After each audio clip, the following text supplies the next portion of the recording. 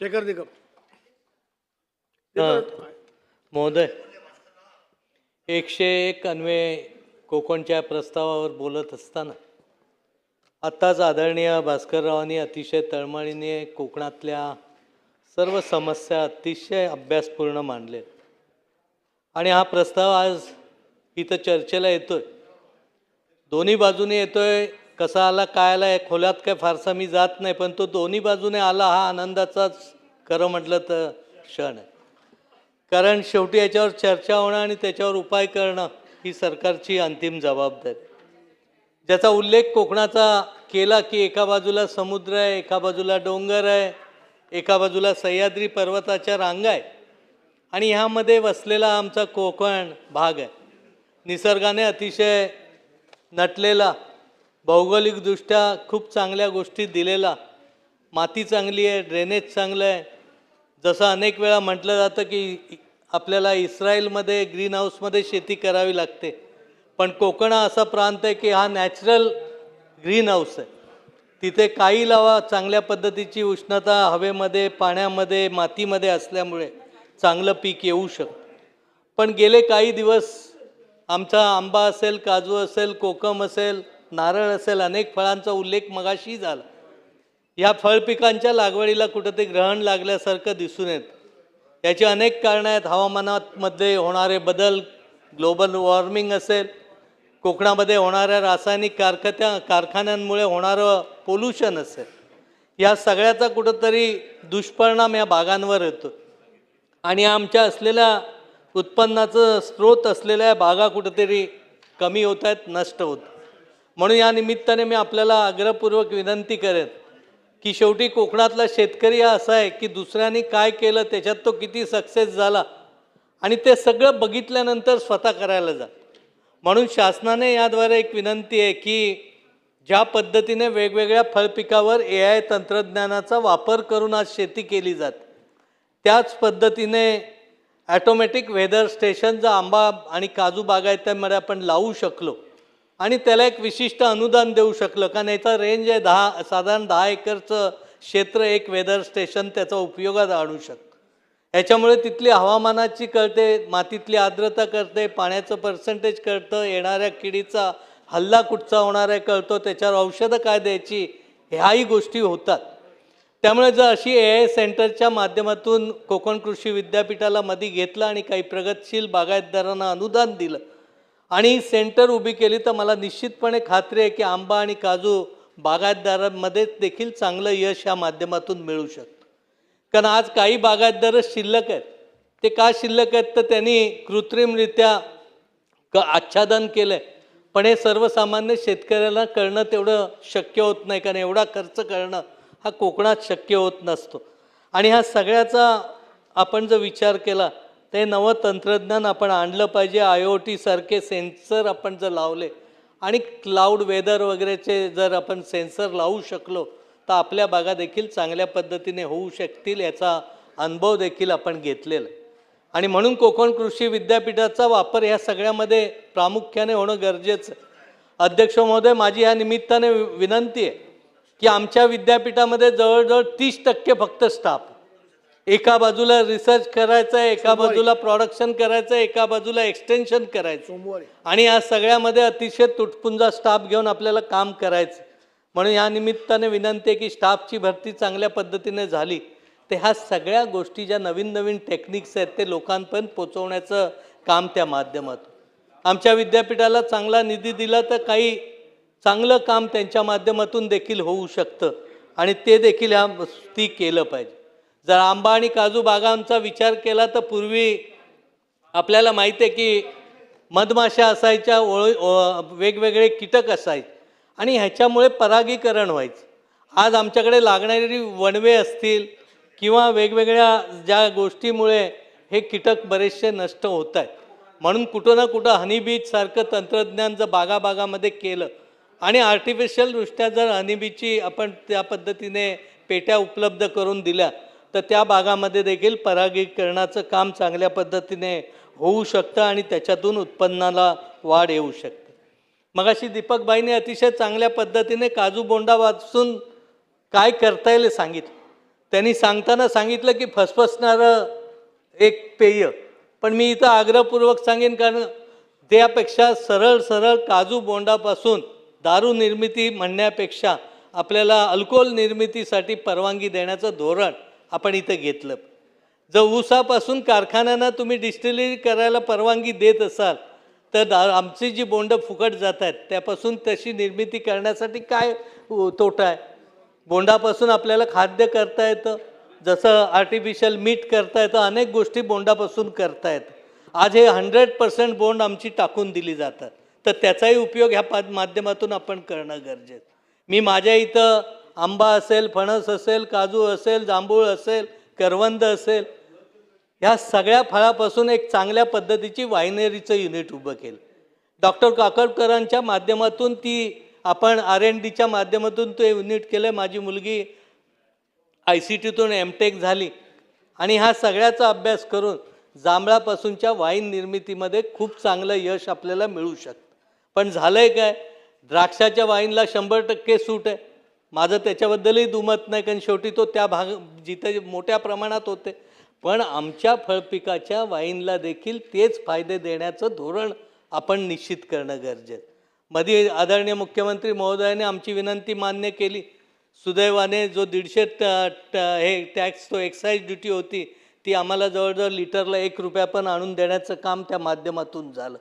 पण तो एवढ्यावर मर्यादित राहून चालणार नाही, तर छोट्या ज्या वायनरी आहेत, आता आमच्याकडे कोळतऱ्याला महाजन नावाचा एक व्यक्ती त्या पद्धतीची निर्मिती करते. ते ही छोटी वायनरी आहेत, त्यांना विक्रीची सुलभ व्यवस्था होणं खूप गरजेचं आहे.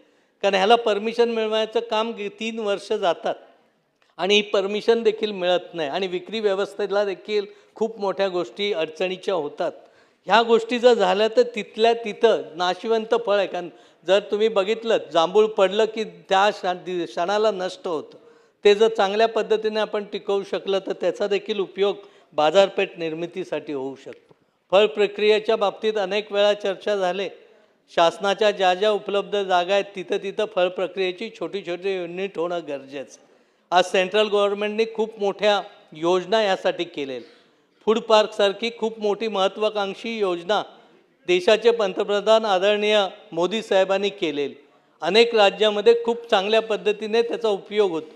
माझी म्हणून आग्रहाची मागणी आहे की आमच्याकडे देखील जागा तर कोकणात मिळणं कठीण आहे, पण शासनाच्या अनेक जागा आज अलोऱ्यासारख्या ठिकाणी जलसंपदा खात्याने घेतलेल्या जागा अशा ओस पडल्यात, बिल्डिंग पडल्यात, सगळ्या बाजूने घाण तिथं निर्माण झाले.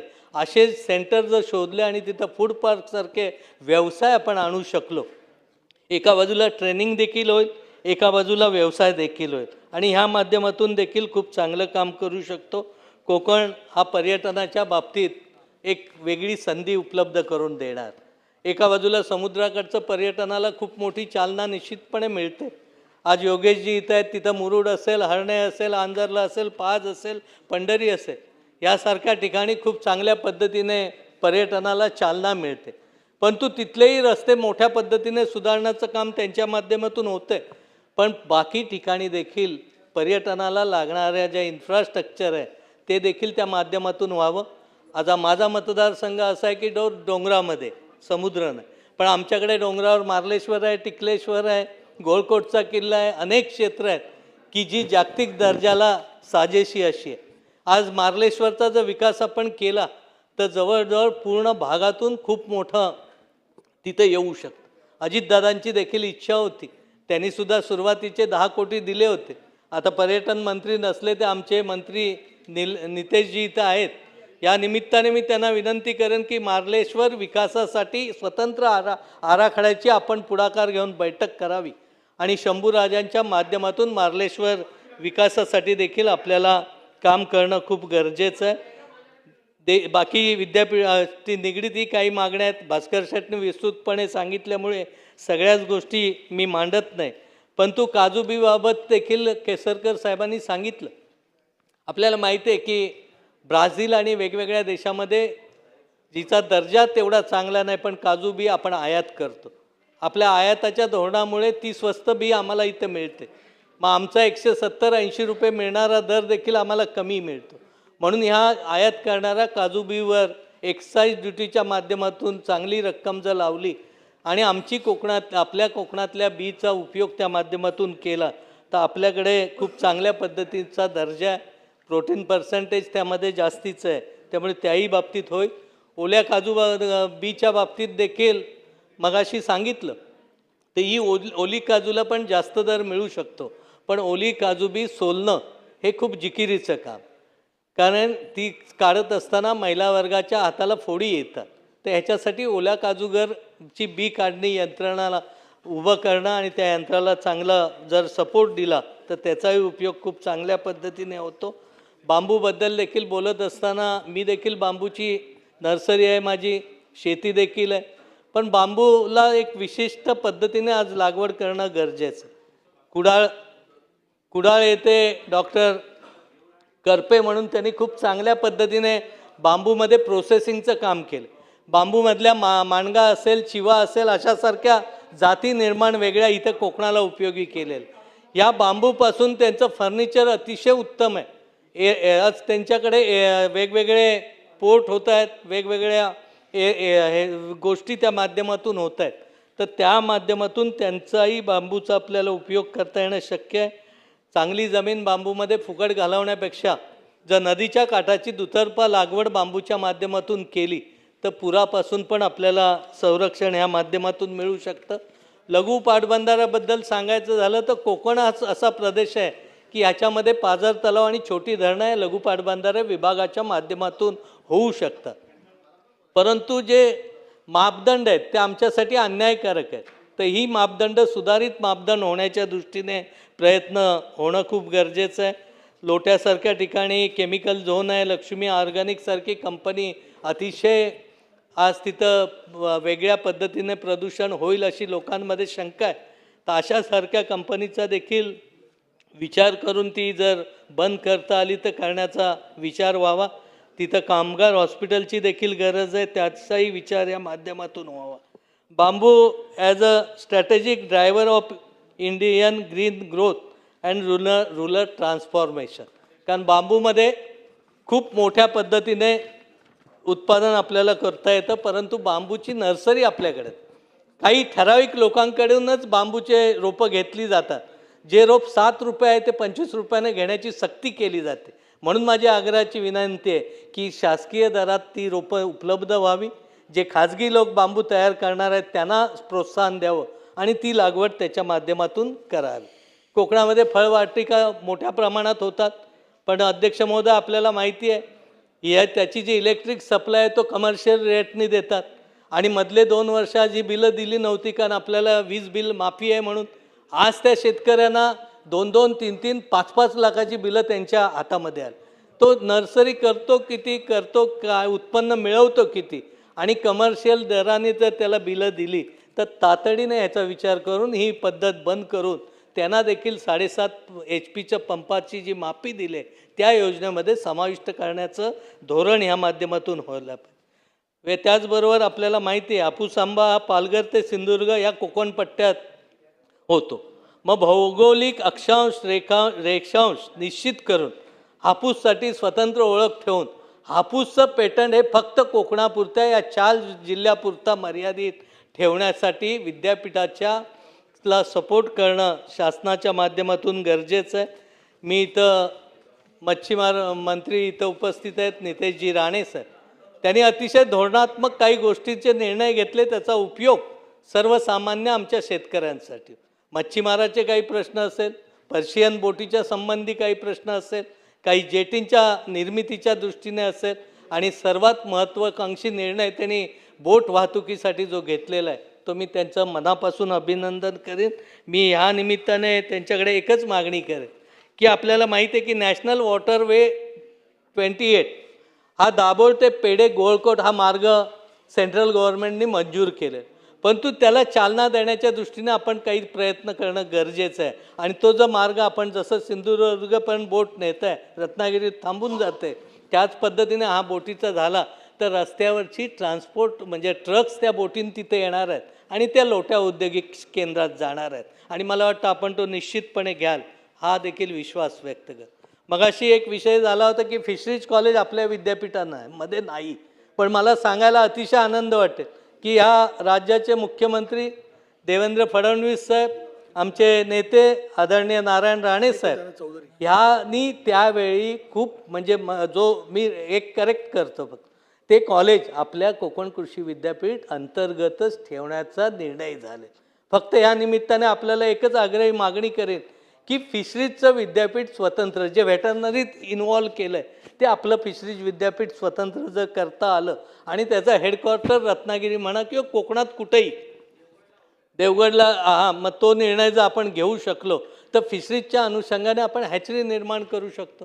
फ्रॉन्सची हॅचरी पूर्वी आम्ही केलेले प्रयोगांतर, पण त्याच्यामध्ये देखील आपल्याला हॅचरीच्या माध्यमातून फ्रॉन्स आहे, ऑर्नामेंटल हॅचरी आहे, अनेक मार्गाने तेही उत्पन्नाला आपल्याला चांगल्या पद्धतीने करता येईल. मरीन टेक्नॉलॉजीचं कॉलेज देखील आपण करण्याचं धोरण निश्चित केलं असं ऐकलेलं आहे. ते झालं तर त्याचाही उपयोग सर्व अर्थाने महत्त्वाचा आहे. आपल्याला वनमंत्री आहेत, नेहमीच सकारात्मक दृष्टीने आमचा विषय कोकणातलाच आहे, परंतु आमच्यासाठी खूप उपयोगाने ते सगळ्या गोष्टी करत असतात. या निमित्ताने त्यांना एवढंच सांगेन की माकड असेल आणि रेडा गवे रेडे असतील, हे आमच्यासाठी अतिशय कोकणासाठी शाप झाले. कुठची शेतीच करू शकत. मी असं डायरेक्टली म्हणणार नाही की माकडं मारायला परवानगी द्या, पण अनेक शेतकऱ्यांची मागणी मात्र हीच आहे, कारण तो अक्षरशः कंगाल होतो या सगळ्यामुळे. त्यामुळे त्याहीवर एक बैठक वेगळ्या पद्धतीने घेऊन याचाही विचार करणं गरजेचं आहे. आणि आमच्याकडे कोकणामध्ये छोटे छोटे कात व्यावसायिक आहेत, छोटे मध्ये ते होतात, उद्योग होतात. पण गुजरातकडे काही लाकूड साहेब चोरलं जातं, ठाण्यात त्याचे पास निर्माण केले जातात. ते आणले पास, जे पासी लाकूड आहे ते आमच्याकडचा छोटा व्यापारी ते खरेदी करतो, त्याला माहीत नसतं कुठून आणले, काय पास आहे ना, लाकूड खरेदी करा.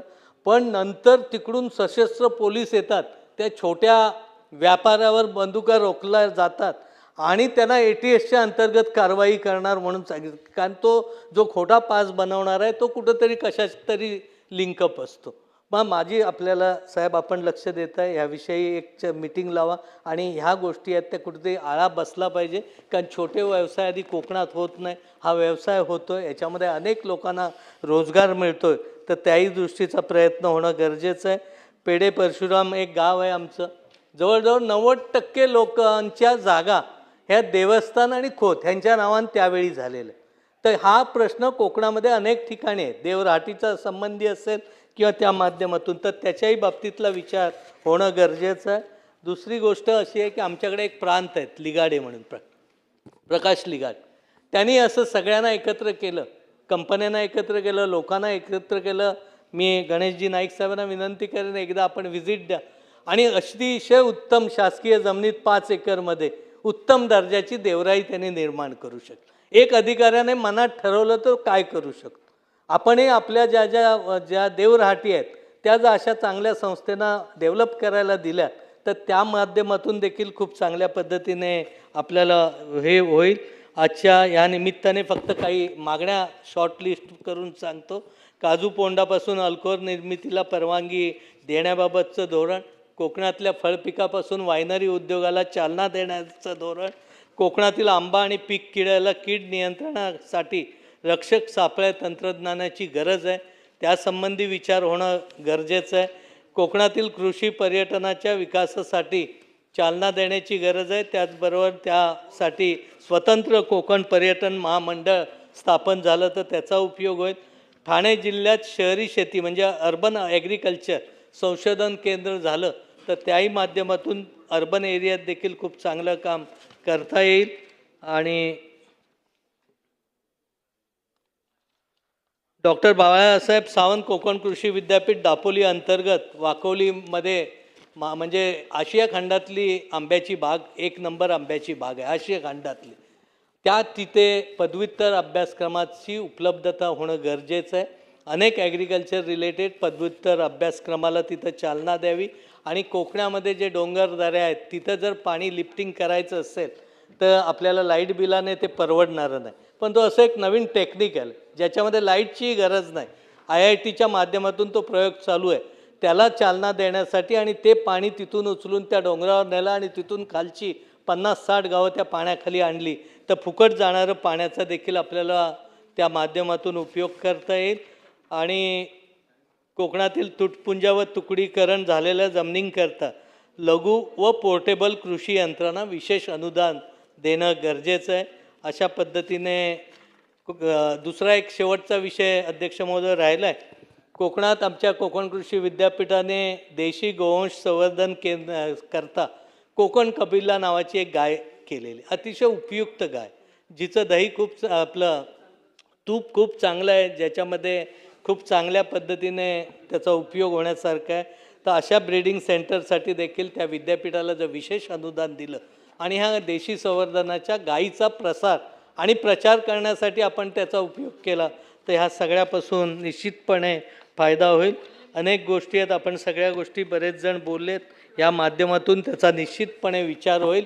या राज्याच्या मुख्यमंत्र्यांचं मनापासून मी अभिनंदन करेन की कोकणात पहिल्यांदाच आंबा आणि काजू या पिकाच्या नुकसानाच्या साठी सर्व लोकप्रतिनिधींची बैठक घेऊन मला वाटतं या अधिवेशन संपण्यापूर्वी त्याच्यावर उपाय करण्याचं निश्चित धोरण केलेलं आहे आणि ते चांगल्या पद्धतीने होईल हा विश्वास व्यक्त करतो. फक्त जाता जाता एवढंच सांगेन की आमचं जे पीक कर्ज आहे, आपल्याकडे कोकणात फारसं पीक कर्ज घेत नाही आणि आपल्या बँकाही देत नाही. नॅशनल बँक तर आमच्याकडे पीक कर्ज देतच नाही, तर त्यासाठी धोरण निश्चित होणं गरजेचं आहे. आमचं जे मध्यम मुदत आंबा कर्ज आहे ते पीक कर्जात समाविष्ट करून या माफीमध्ये आंबा आणि काजू पिकाच्या कर्जाचं जर त्याच्यामध्ये समाविष्ट करता आला तर त्याचाही उपयोग होईल. आणि 30 सप्टेंबर थोडीशी अडचणीची डेट होते, ती 31 मार्च झाली आणि नवं जुनं करतात ते सोसायटीवाले करतात, त्या शेतकऱ्याला माहीत नसतं, म्हणजे जे त्याचंही नुकसान होतं. त्यामुळे त्याचाही त्याच्यामध्ये लाभ देण्याचा प्रयत्न झाला तर आपल्याला चांगल्या पद्धतीने त्या शेतकऱ्याला फायदा होईल. एवढंच बोलतो आणि थांबतो. जय हिंद, जय महाराष्ट्र.